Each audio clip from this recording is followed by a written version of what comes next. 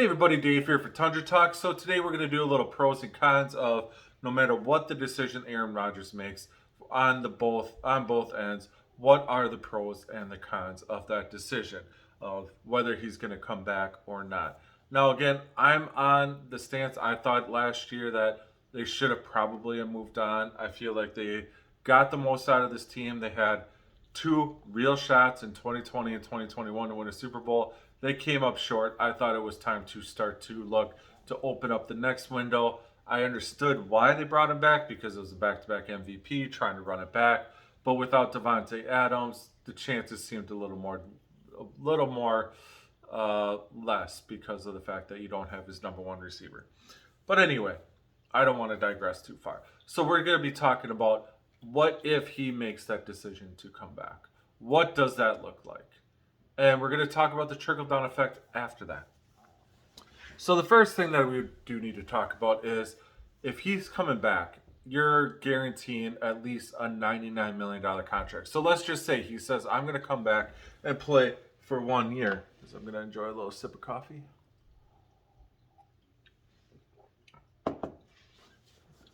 Once the new year starts in September, once he's active for the first game of the year, that kicks in that other $60 million of guaranteed money. So if he only plays one more year, you're still on the hook for that extra guaranteed, which means again the $31.8 million he is due no matter what this year. Plus that again, it's like a $99 million deal for 1 year. That is a con because that is very damning towards your overall future salary cap. I don't want to hear this. The salary cap's not real. The salary cap is real because at some point the bill comes due. Like if you make minimum payments on your credit card for months and months and months, that's going to keep building up. And at some point, you're either going to go bankrupt or you got to pay the whole damn thing all the way through. The bill does come due.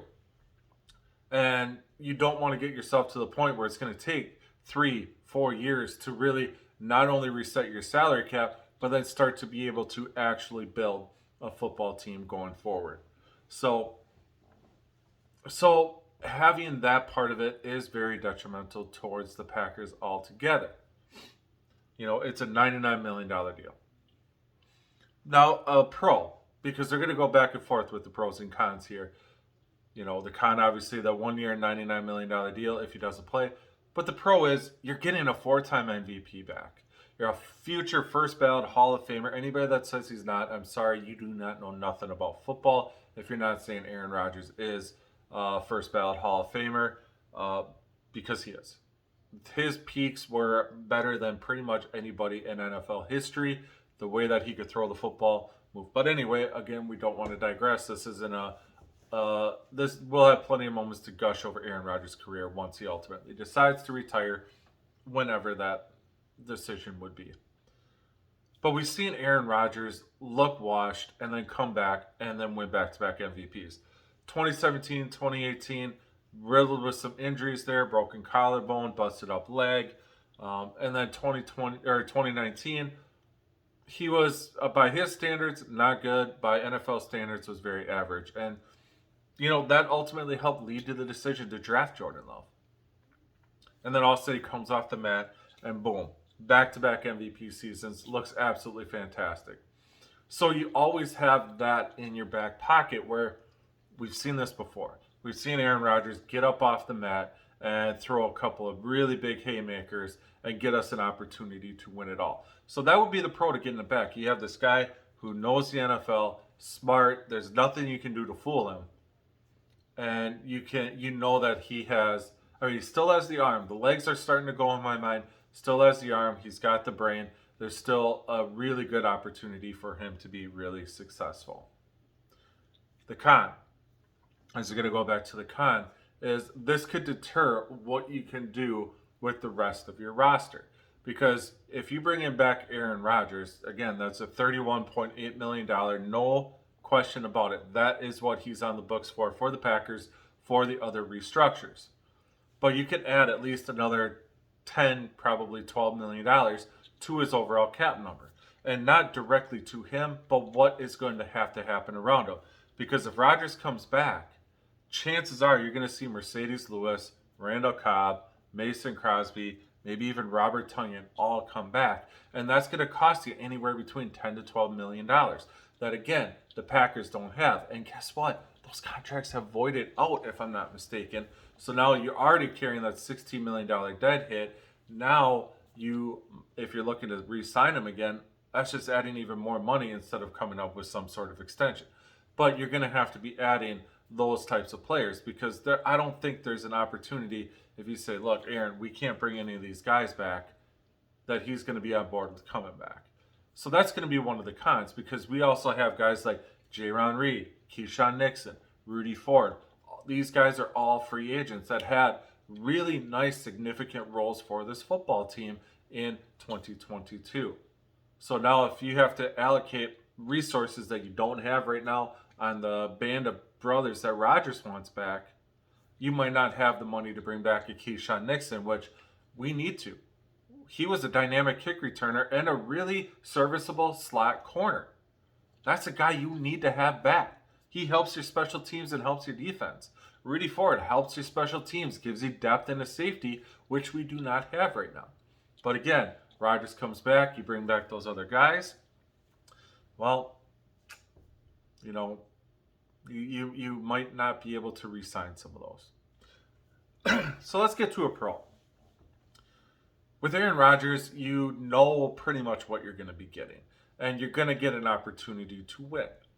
You know, more than likely, worst case scenario is you're talking, again, another 8-win season. But Rodgers coming off a really down year for him. Bakhtiari was working his way back. Elton Jenkins working his way back. Couple of rookie wide receivers. You know, so there were factors in there why the Packers struggled. Not all of it had to do with Aaron, although I think he was, you know, a good reason why they were 8-9, but he wasn't the only reason that they were 8-9. No offense, Aaron, if you do end up having to watch this at some point.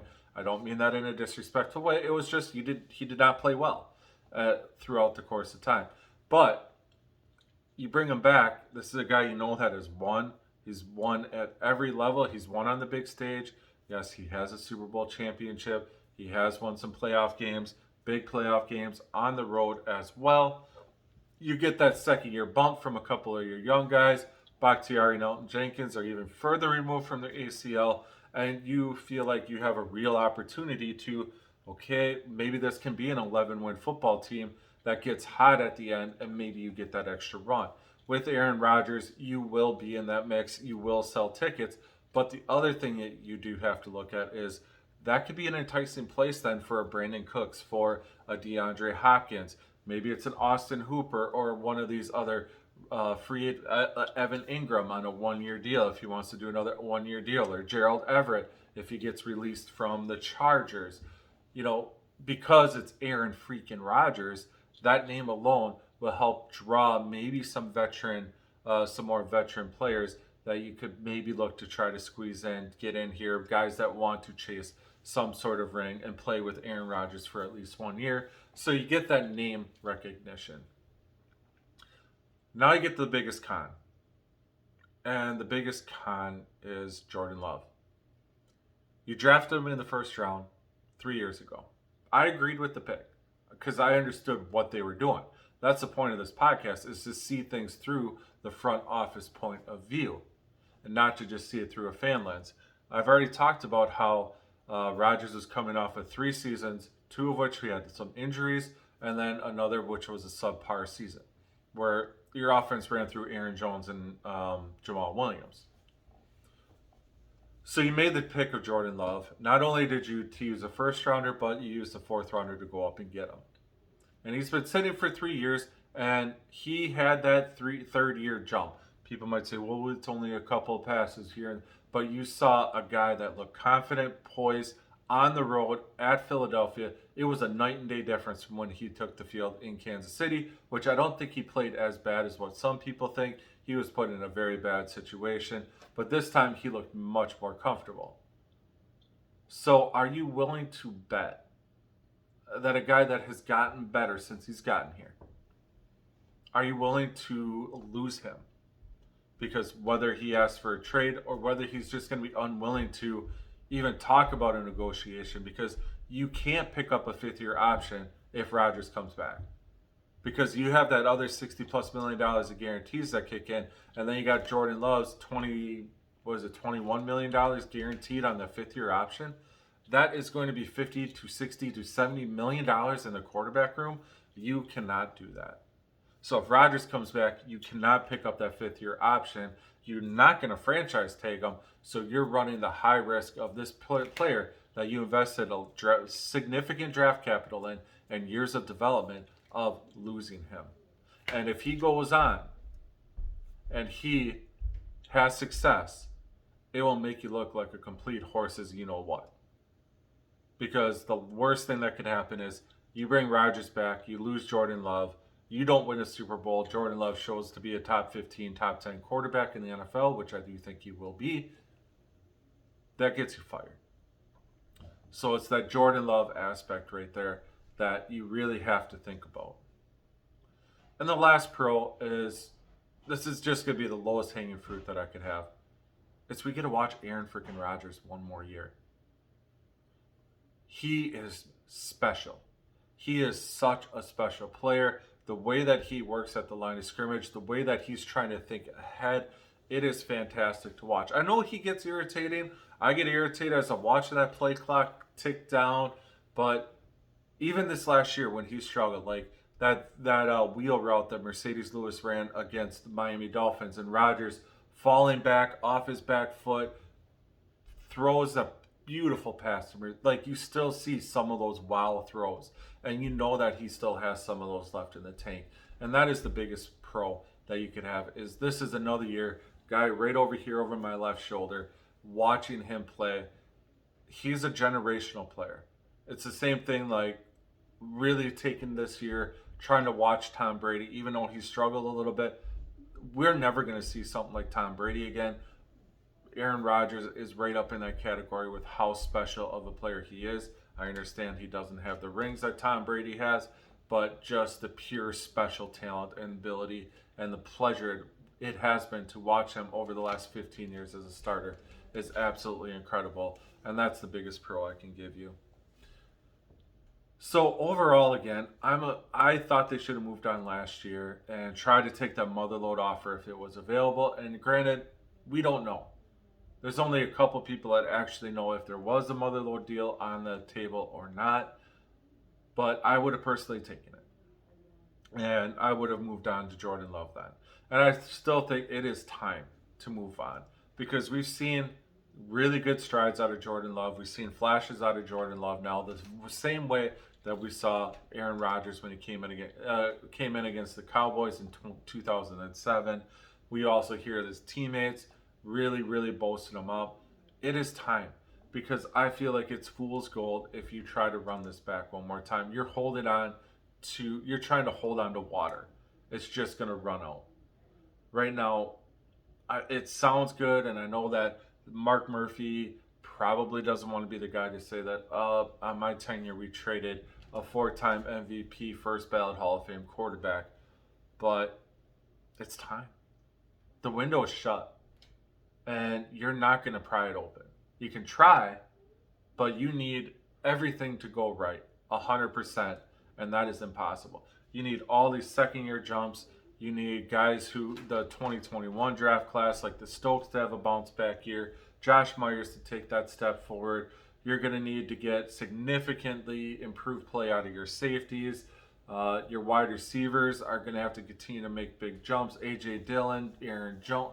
Like, you're going to need all these things, all these perfect scenarios to come and come together for you to have a winning football team, because you don't have the resources to make a lot of big splashes in the open market and free agency, or even via the trade market due to your cap limitations. So the best bet for me is to try to get what you can for Aaron Rodgers, work with him, put him in the best spot that you possibly can, while maximizing what you're getting as a return. But it is time to move on. It is time for the next generation to watch the next quarterback and try to open up that next winning window. Because Jordan Love is 24 years old. A lot of years left in front of him. And we could open up another 10 to 12 year window potentially of winning football here in Green Bay. As always, do make sure that you follow, subscribe, leave comments in the comment section. That way we can have that nice little discourse, that nice little back and forth here. Let me know what you think. Give me a thumbs up. But make sure, again, you like and subscribe to this channel. That way you get notifications when new episodes drop. We'll be getting back to my top 5 series coming up shortly. I did my quarterbacks not too long ago. Been working on the running backs. That's a little bit harder, but been working on the running backs, so we'll get back into that series. But again, as always, thank you so much for listening, and we'll talk again very soon.